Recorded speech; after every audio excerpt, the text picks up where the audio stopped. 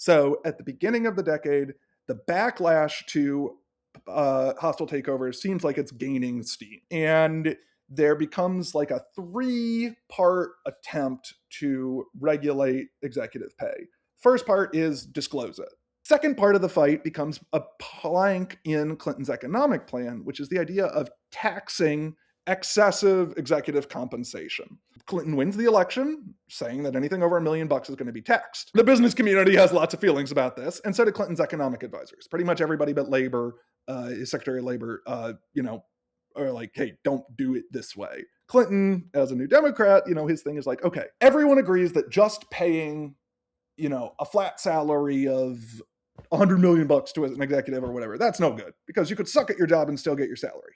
It should be performance-based. And this is where everything comes in. This is where that efficient markets hypothesis, all that finance talk comes in. How can we tie executive pay to performance? Stock. We can pay people in stock or give them stock options. It gets passed, and immediately what happens is 2 things. One, every executive pays themselves just under the threshold, and they get stock options dumped on them because it's performance-based pay, which will theoretically, reward them for good performance and align the incentives of the stockholders and the managers. Make a manager a stockholder, and all of a sudden, he will want to think like a stockholder. Then there's the third plank, which is changing the accounting standards for stock options, which I know sounds dry and boring, but is by far the most controversial and consequential part of all of this.